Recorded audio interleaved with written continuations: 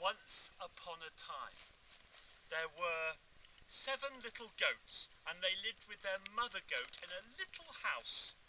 And their mother goat said, "Whatever you do, don't open the door while I'm out doing the shopping." You know who it might be, don't you? It might be the big, dark, hairy wolf. "Whatever you do, don't open the door." And Trip-Trap, mother goat, out of the door she went with her basket and off to do her shopping. And the little goats, all 7 of them, they played around the house, skipping around. It was a lovely little house. But sure enough, after a short time, they heard a knocking at the door. Who do you think it was? "Let me in! Let me in!" "Who is it?" cried the little goats. "It's your mother." "Ooh," said the little goats, "let's open the door for our mother." And they all went to open the door, but the 7th little goat said, "Oh no, no, our mother has a high voice, not a deep voice. I think it might be the wolf." Oh, the wolf heard all this, and the wolf was cross. Off he went, bounding off, that shaggy wolf, until he came to the town. And there in the town, he went to the tailor, who used big pieces of chalk to mark out the cloth to cut. "Give me a piece of your chalk," said the wolf. But the tailor was afraid, and he threw a lump of chalk for the wolf, and the wolf, he caught that chalk in his throat and chewed it. Do you like eating chalk? Not a good idea. But I'll tell you, that chalk made the wolf's voice nice and smooth and soft. And that wolf went loping back to the little goat's house, and when he got to the door, he knocked, and he called, "Let me in, let me in, let me in." Ooh, the little goats went running to the door. "Who is it?" "It's your mother." "Oh, it's our mother. Let's open the door." But the 7th little goat said, "I'm not so sure." "Mother, show us your nice snowy white foot." Well, the wolf lifted his foot into the window, and they could see through the glass, but it was big and dark and hairy. "That's not our mother's foot," cried the 7th little goat. "Away, away!" And all the little kids went playing around the house while the wolf bounded off to the town. Well, there in the town, the wolf went straight to the baker's, and he said to the baker, "Give me a lump of dough." Well, the baker was afraid, and he gave a nice fresh piece of dough to the wolf, and the wolf put his paw right into the dough, so his paw was covered in sticky dough. Have you ever made bread? You know how sticky that dough can be, don't you? And now the wolf, with just 3 feet and holding the other one high, went off to the mill on the outside of the town. And he came to the miller and said, "Miller, miller, give me some fresh ground flour." And the miller got his whitest flour, for he too was afraid of the wolf. And he put a bag of flour for the wolf, and the wolf dipped his doughy foot into the flour and took it out, and his foot was all snowy white. And running on 3 legs as best as he could, the wolf went lolloping off until he came to the little goat's house on the edge of the forest. And there he came, and he knocked on the door. "Let me in, let me in, let me in." And the little goats came running and said, "Who is it? Show us your paw." And the wolf put his paw up to the window, and they could all see that it was beautifully white. "Open the door," cried the 6 little goats. And the 7th little goat, before they could be stopped, he could do nothing. The door was flung open, and into the house came the big, hairy wolf. Well, when they saw the wolf, the little kids were afraid. The 1st little goat, he hid under the table. The 2nd little goat hid under the stairs.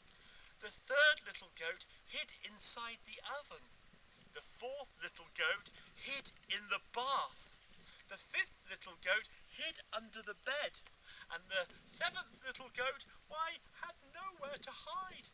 The seventh little goat went running round the house, and then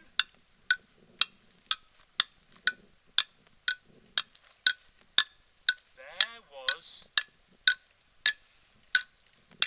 the grandfather clock. Tick tock, tick tock, tick tock, tick tock, tick tock.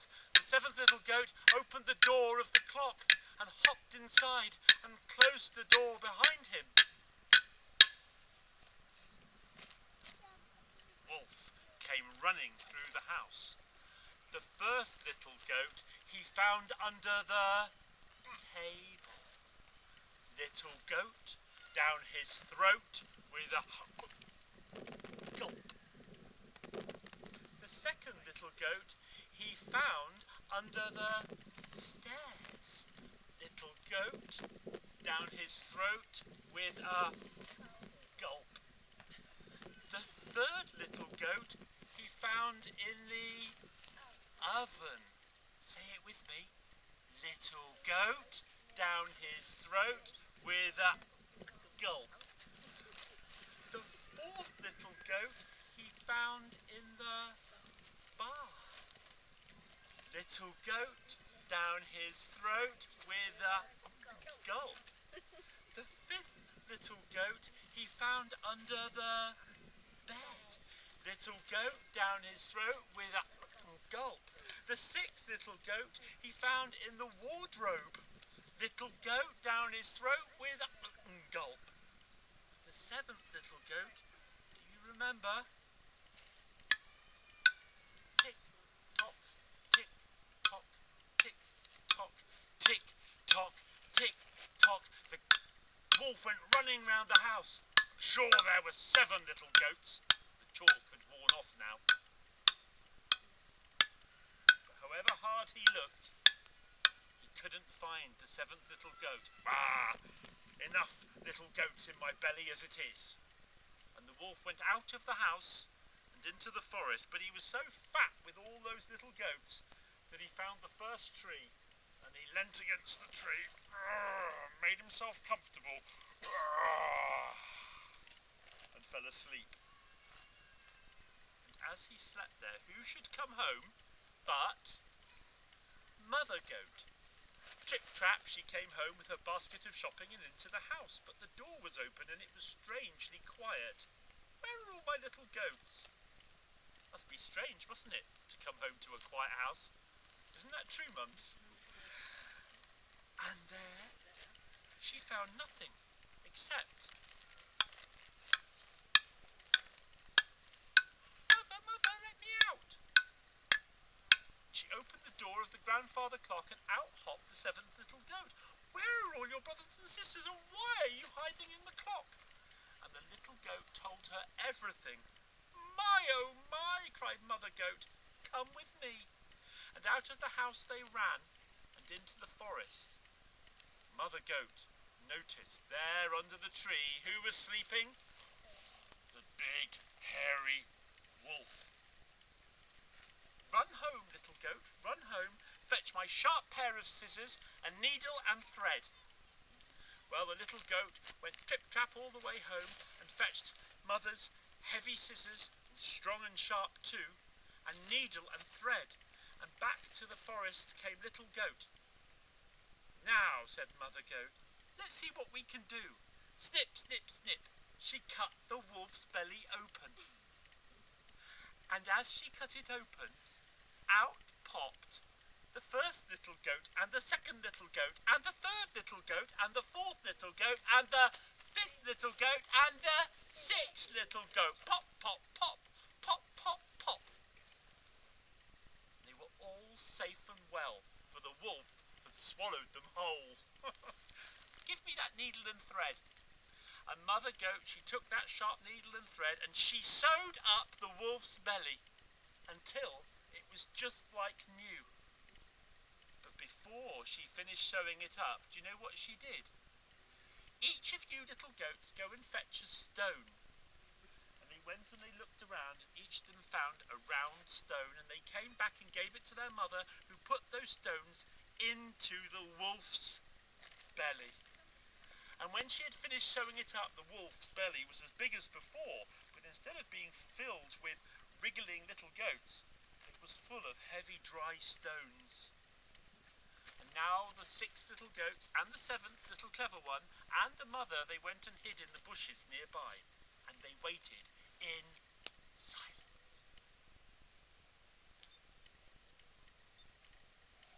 And then, oh, my belly! Oh, what's that? Oh, what a terrible pain! Oh, my belly feels all heavy. I thought those little goats were sweet. I need to get a drink. And the wolf loped away and down to the river. And when the wolf got to the river, he leaned down to take a drink, a deep drink of water. But those stones so heavy in his belly made him lose his balance, and he fell into the water with a splash. And down to the bottom he sank. And that was the end of Mr. Wolf. And the 7 little goats, they went home with their mother, and she locked and bolted the door, and she said, "Never, never, little goats, open the door to the stranger ever again." Well, who was the cleverest one in that story? The 7th little goat. And who here thinks that they are like the 7th little goat? Oh, got a very clever one here. You as clever as that? I bet you are. Well, here we are in this beautiful valley, and there are no more wolves living here.